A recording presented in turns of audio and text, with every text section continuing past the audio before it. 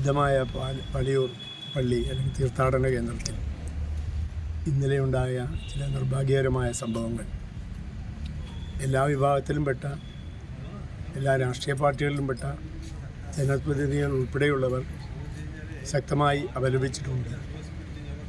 ഇത്തരം ആഘോഷങ്ങൾ ഉണ്ടാകുമ്പോൾ സ്വാഭാവികമായും പോലീസിന് ചുമതലയുണ്ട്. പോലീസ് നിയന്ത്രണങ്ങൾ ഏർപ്പെടുത്തും.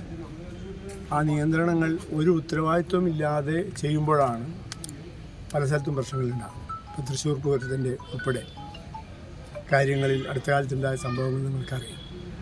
വളരെ ഉത്തരവാദിത്വത്തോടുകൂടി പെരുമാറേണ്ട പോലീസ് നിയമം അവർക്ക് നടപ്പിലാക്കേണ്ട ചുമതലയാണ് ഏറ്റവും വലുത് എന്ന് കരുതുമ്പോൾ തന്നെ ഇതിനൊക്കെ ഇതുപോലത്തുള്ള സ്ഥാപനങ്ങളിലെ അധികാരികളുമായി ഒരു സംഭാഷണം ഉണ്ടാകും. ഞാൻ പത്രത്തിൽ വായിച്ച പ്രകാരമാണെങ്കിൽ റഷീദ് വളരെ മോശപ്പെട്ട രീതിയിലാണ് ഇവിടുത്തെ അച്ഛനോട് സംസാരിച്ചത്. സ്വാഭാവികമായിട്ടും പറയാം, ഇന്ന സമയത്ത് നിർത്തണം എന്നൊക്കെ പറയാറുണ്ട് പോലീസ് സ്ഥാപനത്തിൽ. ഞങ്ങൾ രാഷ്ട്രീയ പാർട്ടി നേതാക്കന്മാരോട് വരെ പറയാറുണ്ടല്ലോ. പക്ഷേ ഇതുപോലൊരു സ്ഥലത്ത് ഇതുപോലെ ആഘോഷം നടക്കുമ്പോൾ സംസാരത്തിൽ വളരെ മിതത്വം പാലിക്കണം. അതില്ലാതെ ഒരു ഭീഷണിയുടെ സ്വരം ഉപയോഗിക്കുകയാണെങ്കിൽ അത് ഏത് രീതിയിലാണ് സംസാരിച്ചത് എന്ന് ഇതിനേക്കാൾ ഉത്തരവാദപ്പെട്ട ഒരുപാട് പോലീസ് ഉദ്യോഗസ്ഥന്മാരുണ്ടല്ലോ കേരളത്തിലും തൃശ്ശൂരിലും. ഭരണാധികാരികളുണ്ട്.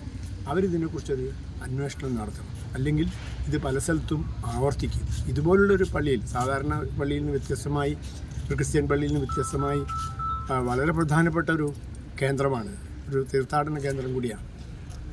കേരളം മുഴുവൻ അറിയപ്പെടുന്ന ഒരു പള്ളി. വലിയൊരു പള്ളി എന്ന് പറഞ്ഞാൽ നമുക്കെല്ലാവർക്കും തന്നെ ഒരു ആധ്യാത്മികമായ ബന്ധമുള്ള ഒരു സ്ഥാപനമാണ്, എല്ലാ മതത്തിലും പെട്ടവർ. അതുകൊണ്ട് തന്നെ ഇതിനെക്കുറിച്ചൊരു അന്വേഷണം നടത്തണം. ഇനി ഇത്തരം പ്രശ്നങ്ങൾ ഉണ്ടാവാതെ നോക്കേണ്ടത് നമ്മളെല്ലാവരുടെയും ചുമതലയാണ് എന്ന് വിശ്വസിക്കുന്നു. ഏവർക്കും സർക്കിൾ ലൈവ് ന്യൂസിന്റെ ക്രിസ്തുമസ് പുതുവത്സരാശംസകൾ. ഗുരുവായൂർ മണ്ഡലത്തിലെ നാട്ടുവാർത്തകളുമായി സർക്കിൾ ലൈവ് ന്യൂസ്.